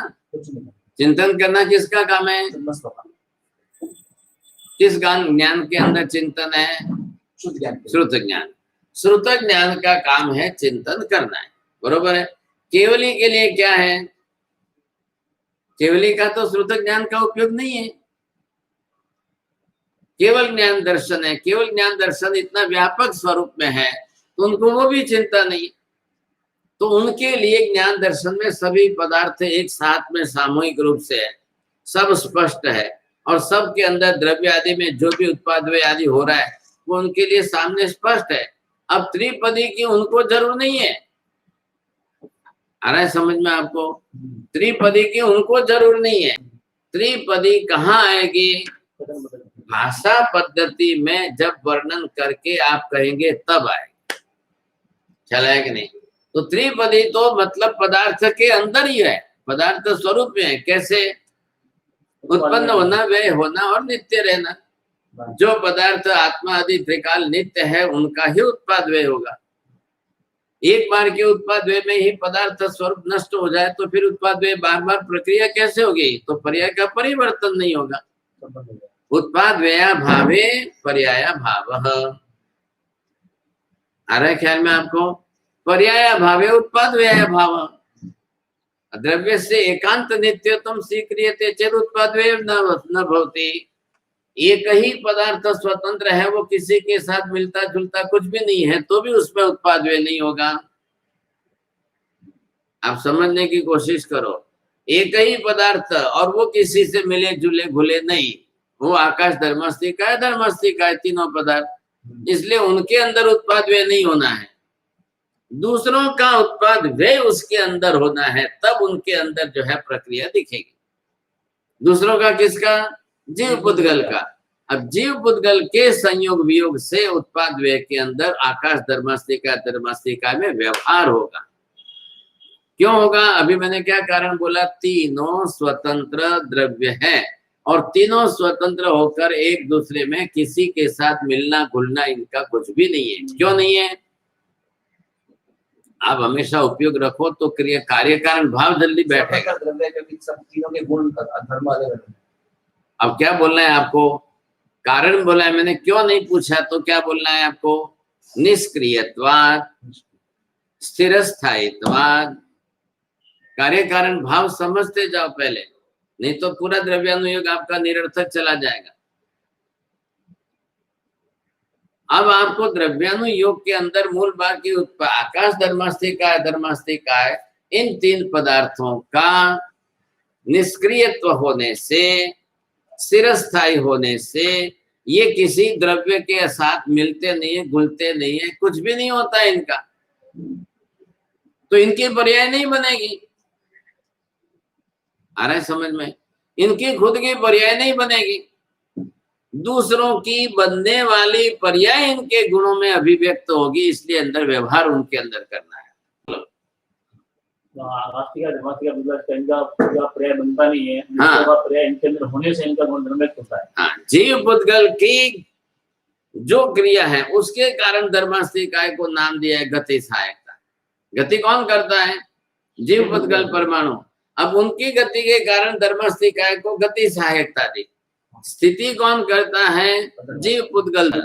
उसके कारण धर्मास्तिकाय का गुण जो है वो स्थिरता का दिया है। तो ये मूलभूत हो रहा है किसमें? कर्ता कौन है? उस क्रिया, वो क्रियात्मक है। गति स्थिति ये क्रियात्मक है, तो क्रियात्मकता किसमें आई? जो सक्रिय द्रव्य है वही क्रिया करेगा, जो निष्क्रिय द्रव्य है वो क्रिया ही नहीं करता है। अब नहीं करता है तो उसके अंदर उसके गुणों की आपत्ति नहीं आएगी। लेकिन जब जीव द्रव्य ने, पुद्गल द्रव्य ने गति स्थिति की तो उसका व्यवहार जिसमें हुआ वो उसके लिए आधारभूत द्रव्य बने, तो उसके सहयोग से हुआ, उसके कारण नहीं हुआ। क्या समझे? धर्मास्तिकाय के कारण जीव पुद्गल की गति नहीं हुई है, धर्मास्तिकाय द्रव्य की सहायता से इनकी गति हुई है। गति करता ये है, तो इसलिए ये शब्द क्यों देने पड़ रहे हैं हमको? कारकता, कारणता धर्मास्तिकाय धर्मास्तिकाय में चली न जाए इसके लिए दिया है। आ रहा है ख्याल में? तो कारकता कारणता जो है वो दोनों जो है जीव पुद्गल में, इसलिए इनकी सहायकता कारण। पानी मछली को धक्का मारने वाला नहीं है, पानी मछली को चलाने वाला कारक द्रव्य या कारण द्रव्य नहीं है। गति करना चलना आदि मछली की खुद की क्रिया है, लेकिन पानी के बिना नहीं। तो पानी की केवल सहायकता एवं तद्वद एव यथा जलमीनयो दृष्टान्तः तद्वदेव धर्मास्तिकाय धर्मास्तिकाय आकाशस्यापि जीव पुद्गलस्य कृते दृष्टान्त। इसलिए इनमें क्या है? सहायकता का गुण है, कर्ता भाव है, कर्ता का अभाव है, क्रिया का अभाव है, कारणता का अभाव है, कारकता का अभाव है। चार हो गए, बोलो। इसमें कारकता का अभाव है, कर्ता का अभाव है, करण का अभाव है, आदि का अभाव। आप बनाने लग जाते हो, जब ध्यान नहीं देते हो तो फिर आप सोचते हो बनाने में जाते हो। पहले आपको क्या देखना है? करणता मत बोलो बीच में, कारणता और कारकता। ख्याल है कि अब दोनों ही नहीं है, पहले ये नक्की किया। अब इससे क्या हुआ? ये स्पष्टता हो गई। इसलिए यथा दृष्टांत जल मीनयो हो। जल मीन का दृष्टांत क्या है? न तो जल की कारकता है न जल की कारणता। अब गति कारकता, स्थिति कारकता मछली की खुद की है क्रिया, तो क्रिया कारकता जिसकी है, लेकिन ये जल अपने आप में माध्यम द्रव्य है। कारणता कार्यता होती तो इसको सक्रिय द्रव्य कहते, माध्यम द्रव्य नहीं कहते। अरे बात ख्याल में? तद्वदेव धर्मास्तिकाय धर्मास्तिकाय आकाशस्यापि कारकता नास्ति कारणता भी नास्ति। क्रिया रूपता पे नास्ते, वो क्रिया करते नहीं है, तो क्रिया नहीं करेंगे तो कारण कैसे बनेंगे, क्रिया नहीं करेंगे तो कारक कैसे बनेंगे। अब उनका स्वभाव मतलब गुण स्वरूप जो है उनका वैसा है, तो वो गुणात्मकता उसकी वैसी स्वभावात्मकता बनी। ध्यान रखिए, गुण ही स्वभाव बनता होता है, क्या लगे, गुण ही स्वभाव होता है। अब हमने गलती क्या की है, स्वभाव को विपरीत करके उल्टा कर दिया, विभाव कर दिया। अपने उल्टो मतलब भाषा में उल्टी बोले दिया गुण से, क्योंकि उल्टा क्यों है, तो गुण जो है वो कर्म के आवरण से आवृत है, इसलिए उल्टा है। हमारा भी तो गुण समता, क्षमा, नम्रता, सरलता, संतोष का गुण ही है,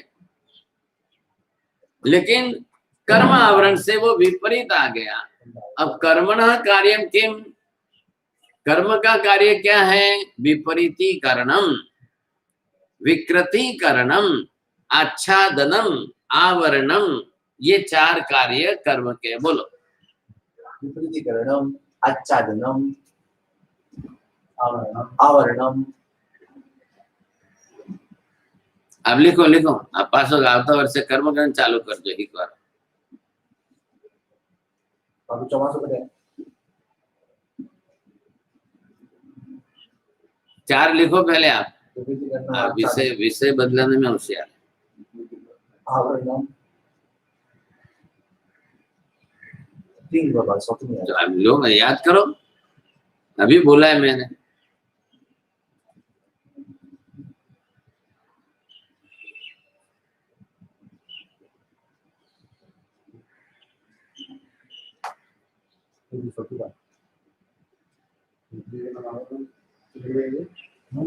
विकृतीकरणम, हाँ वो यूज है, देखो दम नहीं खाता। कर्म का, हाँ आज कर्म नो क्लास 6 तो चालू कर दो। हाँ, ये चारों काम किसके हैं, हाँ पहले वो लिखो, वाक्य रचना पूरी लिखो।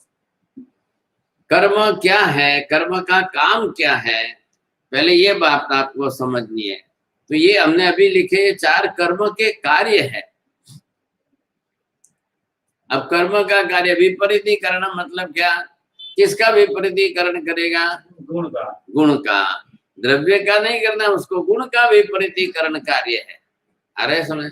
अब विकृतीकरणम, ख्याल है कि नहीं, विकृतीकरण क्या है, जो गुण है उसमें विकृति कैसी लाएगी, समता को वो जो है कैसे बिगाड़ करके आत्मा को बिल्कुल जो है असहिष्णु बनाएगा, वो विकृति कैसे आएगी। दूध में आप जो है नींबू डालो तो विकृति आती है, नमक डालो तो विपरीतता आती है।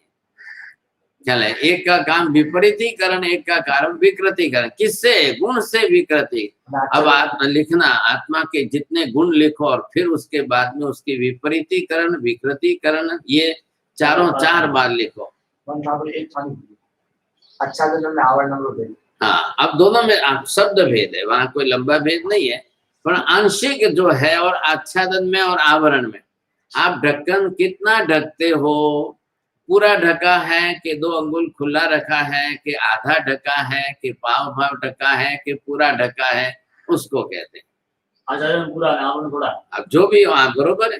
तो आवरण के आधार पर जो है क्षयोपशम होगा, ख्याल है कि नहीं, और आच्छादन सर्वथा हट जाए तो क्षयिक हो जाएगा।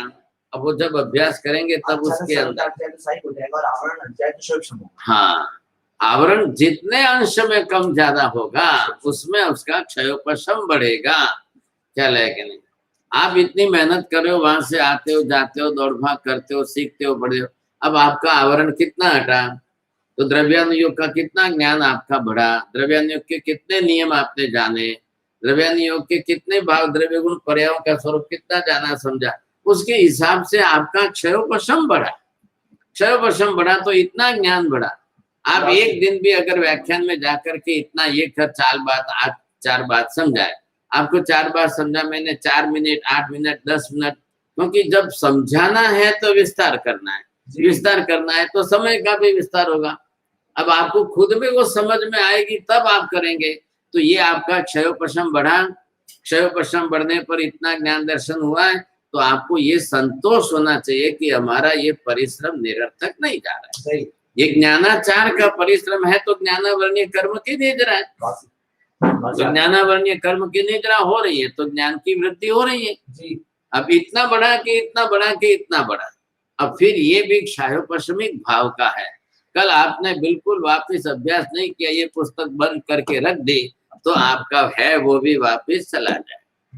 एक प्रश्न है, आप देखिए स्याद्वाद न्याय का अंतर, जब मैं तो अपना समय की मौन स्याद्वाद न्याय का मित्र तो बढ़िया मनुष्य, तो हमारी मान्यता गलत है। बस बस अब आगे बात, अब क्षयोपशम बढ़ाओ, अब उसमें ज्ञान की वृद्धि करो, अब ज्ञान बढ़ाओ। मैंने क्या बताया दो में, फिर क्या बताया? और दर्शन भाषा व्यवहार से दर्शन ज्ञान व्यवहार अनेक। हाँ, तो ज्ञान दर्शन में, अरे भाई आप जब खुद ज्ञान दर्शन के अंदर चिंतन मनन करके पदार्थों का निरीक्षण कर रहे हो, तब आपको बोलना थोड़ी, अपने मन में चिंतन मनन चल रहा है, तो आपके सामने स्पष्ट दिख रहा है। और केवली के लिए मैंने जब लिखाया तो केवली के लिए तो अस्तामलगवत, हाँ केवली अनेकांतवाद में जब उनको पदार्थ सामने ज्ञान दर्शन में स्पष्ट हो रहे तब, लेकिन वही केवली जब आपको भाषा से छद्मस्तों को समझा रहे तो केवल ज्ञान को उनको श्रुत ज्ञान से व्यवहार करना है। केवल ज्ञान तो उनके ज्ञान दर्शन में, उसमें तो कोई कम ज्यादा होना नहीं है। बोलते समय तो क्रम आ गया, वो भाषा व्यवहार। हाँ, अब स्याद शब्द अंकितम वाक्य प्रयोगम इति स्यादवाद लिखो आप। स्याद शब्देन अंकितम वाक्य प्रयोग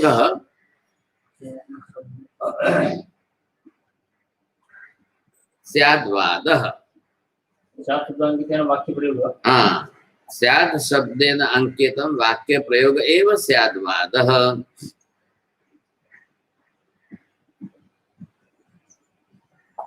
एक स्त्री है तो उसको आभूषण वाली होनी चाहिए, जरूरी कि नहीं भाई? वो क्या क्या क्या पहने, वो जो भी है उसके मंगल सूत्र आदि, तो वो उसका आभूषण अनिवार्य हो गया।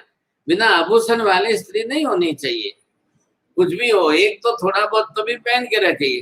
तद्वदेव वाक्य रचना का आभूषण है स्यादवाद।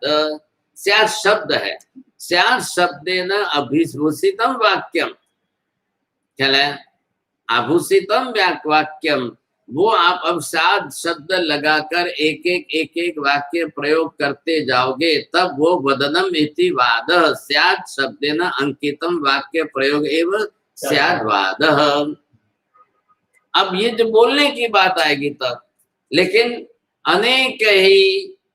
अनेक गुण धर्मों से एक साथ में द्रव्य का स्वरूप देखना जानना, अब वहां कहना नहीं है, आपको खुद को उसका अनुभव करना है। आप ध्यान में बैठे, आप ध्यान के अंदर आत्मा का स्वरूप देख रहे हो, जान रहे हो, तब आप क्या बोलोगे? स्याद आत्मा नित्यमेव, हूँ आत्मा नित्य जछू।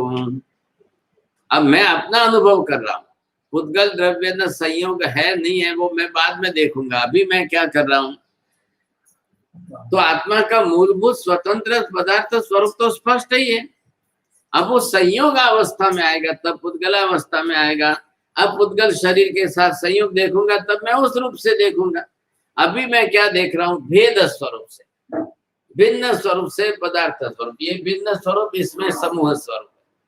समूह स्वरूप के अंदर पदार्थ मिले हुए सम्मिलित समझ, तो यहाँ भिन्न मिले हुए संयुक्त स्वरूप है, ये स्वतंत्र स्वरूप। आप किस नए से किस अपेक्षा से किसका कर रहे हो?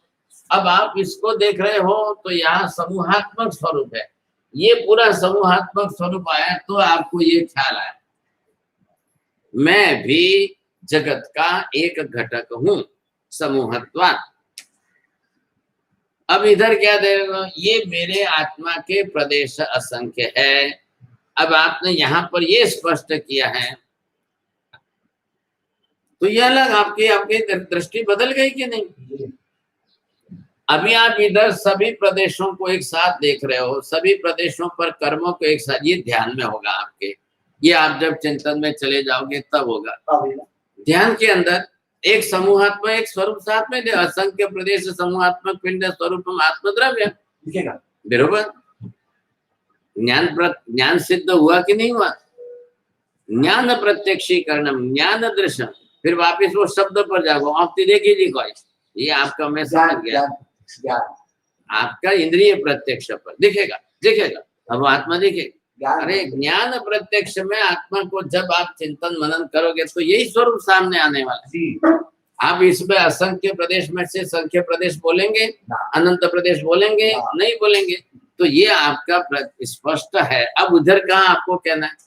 ये ध्यान में आपने अनुभव किया, अब वो अनुभव जन्य आपका ध्यान का ज्ञान, अब वो दूसरे को आपको समझाना है। अब आपको बोलना पड़ेगा। ध्यान में बोलने का बंद है, ध्यान में आपको कुछ भी नहीं बोलना है। आप अकेले अपने ज्ञान में मस्त हो, चिंतन में मस्त हो। ध्यान मतलब कि अब उधर मत जवाब, वो आपके खाली जो है ना रटाया।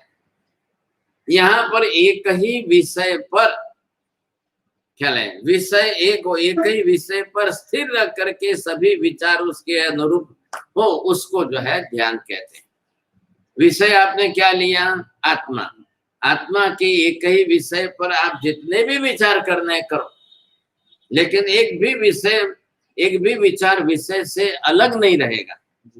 तो उसमें आपका जितना टाइम लगे लगने दो, वो आपका ध्यान हो गया। थोड़ा प्रैक्टिकल में भी उतरते जाओ, सूत्र रटा हुआ है उसका अर्थ भी बैठाते जाओ। अब ये क्या हुआ, मैं आपको अलग अलग 100 ध्यान की व्याख्या लिखाऊं, मैं आपको 100 व्याख्या लिखाऊं। पहले आप उसका अभ्यास करो, 1 साल वो भी करना, फिर जाकर के करना सीखेंगे आप, तब जो है बैठेगी बात। हाँ बस, अब आप जो है पहले यहाँ पर द्रव्य को भेद स्वरूप में देख करके भिन्न स्वरूप है ये स्पष्ट किया।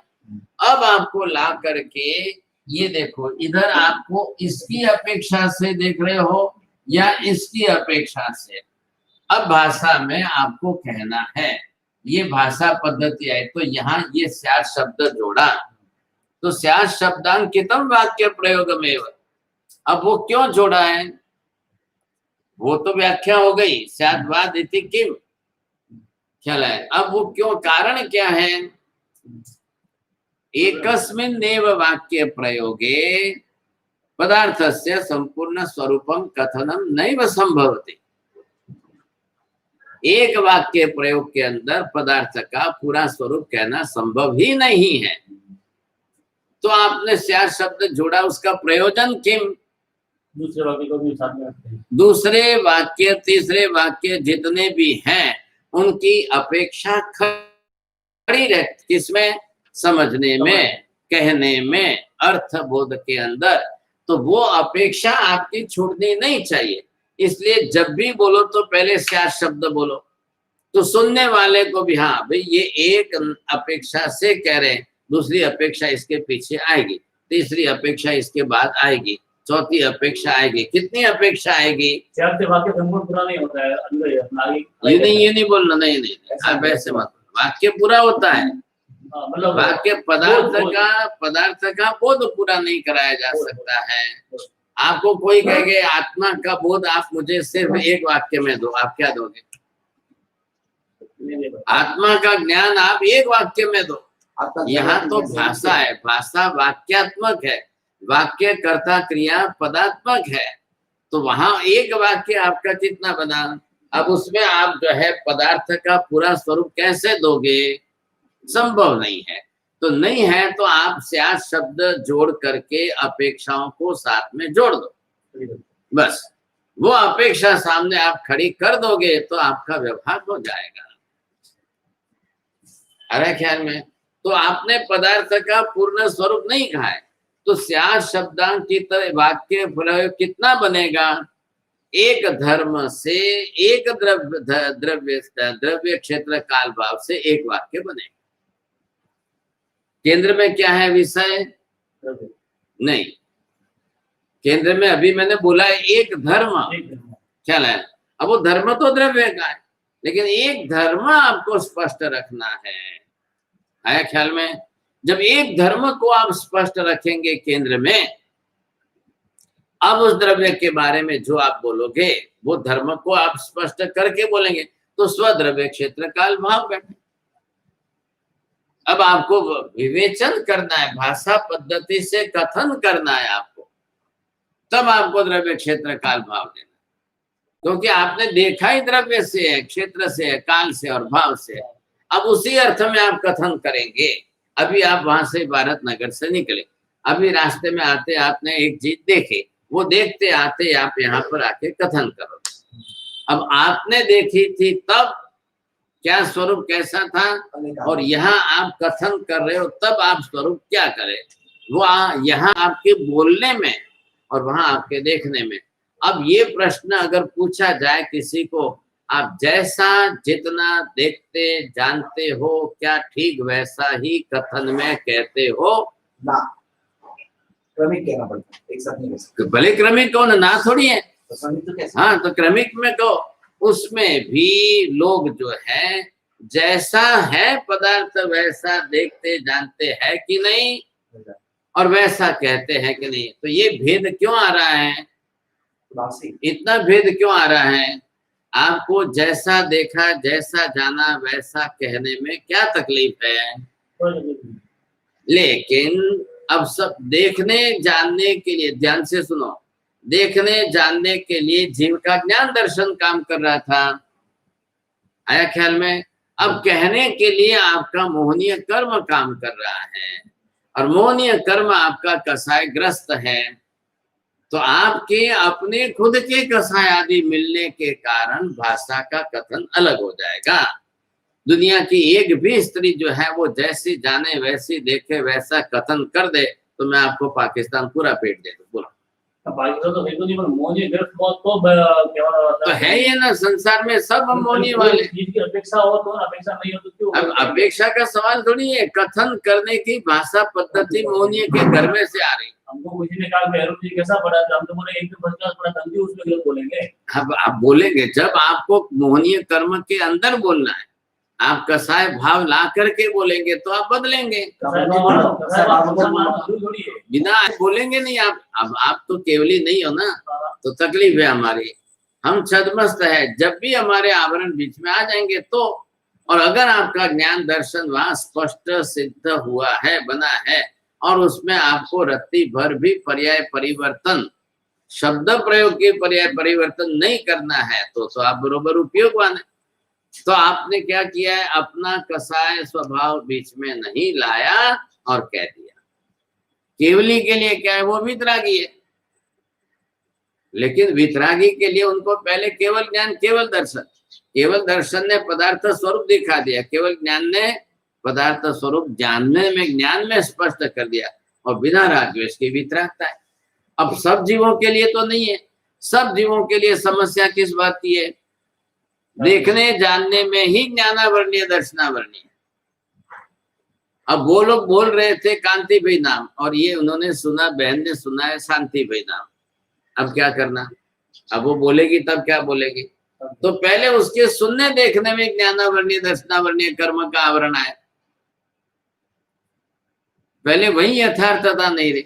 अब फिर अपने बोलने चालने में आपको ज्ञानावरणीय दर्शनावरणीय के बाद में सामने मोहनी आ जाएगी, तो मोहनीय के अंदर आपके कसाय आदि भाव आ गए। अब आप उससे जो अभिप्रेत वाक्य रचना होगी वो आपकी कसाय युक्त वाक्य। पहले कोशिश करो हर किसी के वाक्य में सीधे इस स्वभाव को पकड़ने की कोशिश करो, क्या लायक। एक जने ने कल मेरे को कहा, हूँ तमारो स्वभाव जानू छू એટલે તમને આમ પ્રશ્ન પૂછ્યો, હું તમને તમારો स्वभाव जानू। बहुत बड़ी बात हो गई इसके अंदर, तो क्या लायक। हाँ, आप अगर कोई दूसरा सामने वाला आपका स्वभाव जानकर आपसे भाषा व्यवहार करता है, तो इससे बड़ा तो उपकार और हो ही नहीं सकता, कुछ भी नहीं हो सकता। मोहनीय है तो यार, बाकी सिंपल गण आदमी आते कोई जान पहचान नहीं है, वरना तो कोई मोहनीय दिखता है नहीं है। आपका मोहनीय की जरूरत नहीं है, वो सहज उदय में स्वभाव बना हुआ है। मोहनीय का आपके साथ में मोहनीय कर्म सर्वघाती प्रकृति और सर्व उदयी प्रकृति, तो वहां आपको कितने अंश में वो बीच में आएगी, वो आएगी। अब जितने अंश में बीच में आ गए, आ जाने के बाद आपका वाक्य प्रयोग जो होगा, तो यहाँ पर सबसे बड़ी विशेषता क्या की, स्यात् शब्द अंकितम वाक्यम। तो आपको अपना राग द्वेष बीच में लाना नहीं है, यथार्थ स्वरूप पदार्थ का जो है वही कहना है। आप एक वाक्य में पूर्ण कह नहीं सकते हो, तो आपने एक वाक्य में एक धर्म का स्वद्रव्य क्षेत्र काल भाव से आपने विवेचन किया। क्या अब आपने दूसरी अपेक्षा खड़ी रखी है, तो दूसरी अपेक्षा की जिज्ञासा उस स्यात् शब्द से जुड़ी हुई है। तो अब आप जब स्यात् शब्द का प्रयोग करोगे तब बरोबर वो अपेक्षा बोलेंगे आप। तो हाँ, वो सुनने वाला भी तैयार है। स्वद्रव्य क्षेत्र काल भाव से एक धर्म की विवक्षा की, तो परद्रव्य क्षेत्र काल भाव से उसकी विवक्षा आप कैसे करेंगे?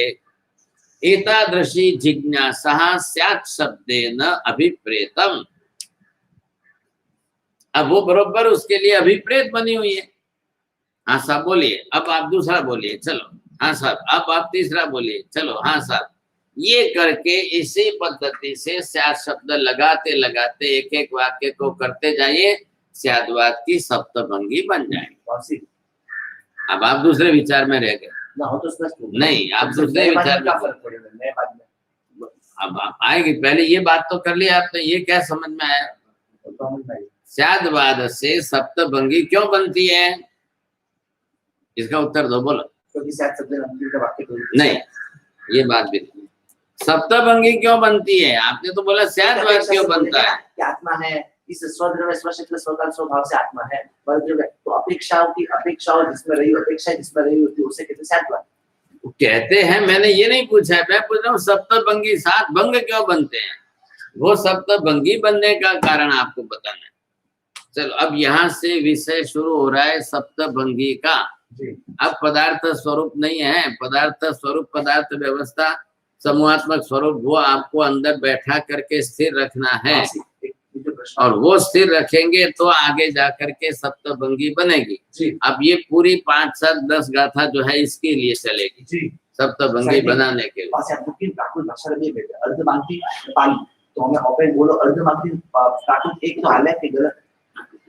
भाषा मतलब जब आप विशेष अर्थ करोगे तब आपको अलग अंदर जाना है, और सामान्य अर्थ करोगे तब आप प्राकृत पाली बोल सकते। प्राकृत बोलो।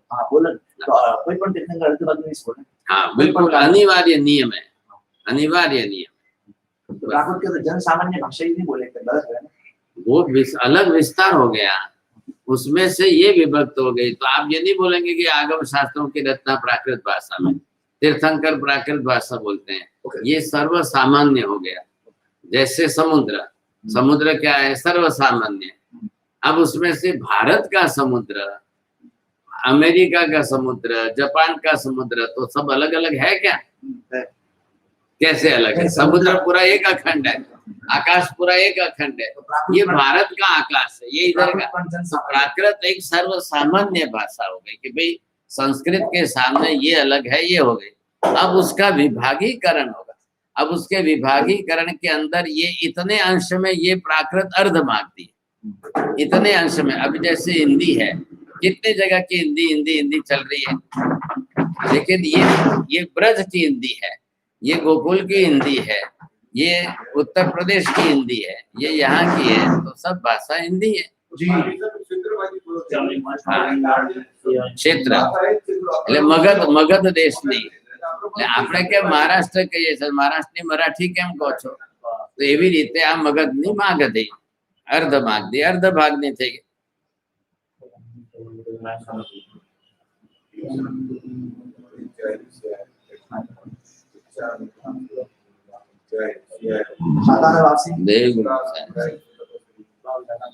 सर्वमंगल मांगल्यम सर्वकल्याण कारणम प्रधानम सर्वधर्माणां जैनम जयते शासनम।